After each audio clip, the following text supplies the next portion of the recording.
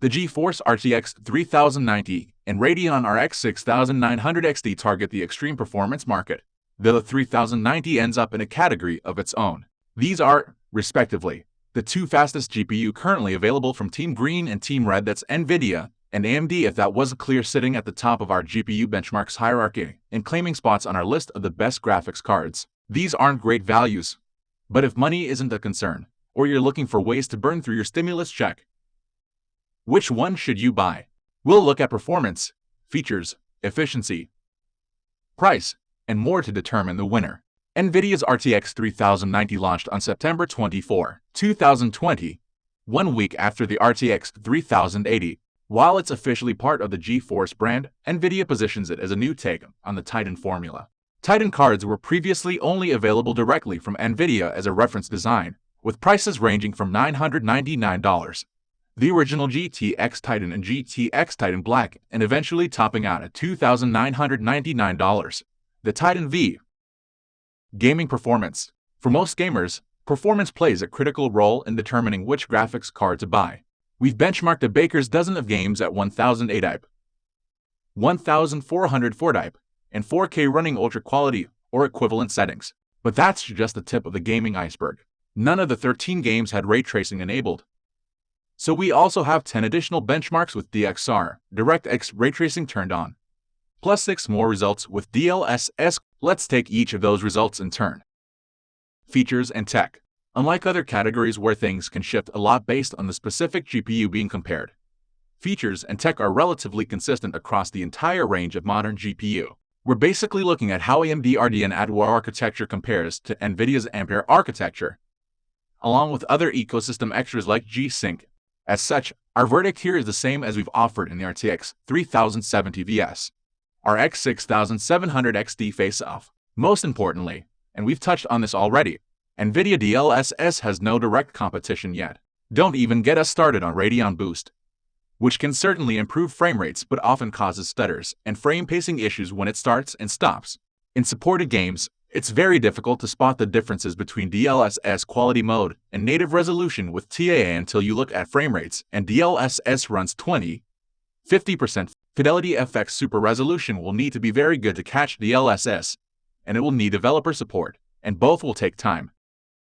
Power and efficiency. Up until the latest generation GPU, Nvidia had an advantage over AMD in GPU power consumption and efficiency. Today, thanks to TSMC's N7 process, the two companies are mostly at par. Nvidia would probably be ahead if Ampere were also made on TSMC N7, but instead, it opted for Samsung's 8N process, a refinement of Samsung's 10M tech. Then again, if the Ampere cards were made at TSMC, there'd be even fewer GPU to go around. Looking specifically at the RTX 3090 and RX 6900 XT, we've already covered features and performance, and Nvidia won those categories.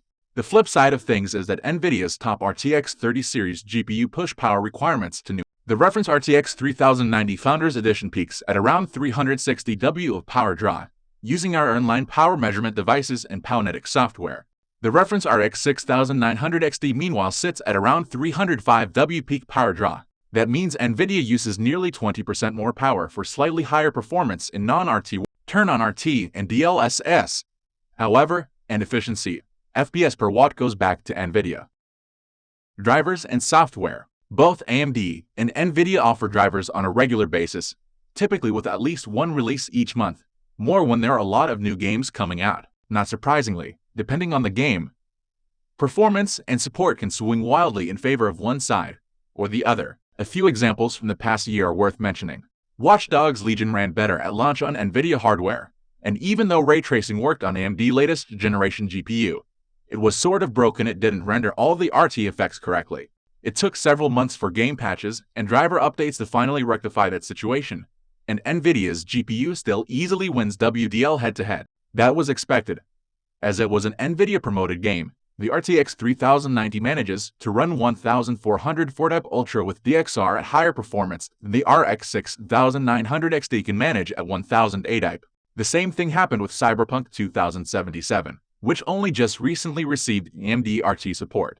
Forget the buggy launch for a moment, the game simply ran better and looked better on Nvidia's RTX cards. Nvidia still holds the performance advantage, and given it was an Nvidia promotional title, we expected as much.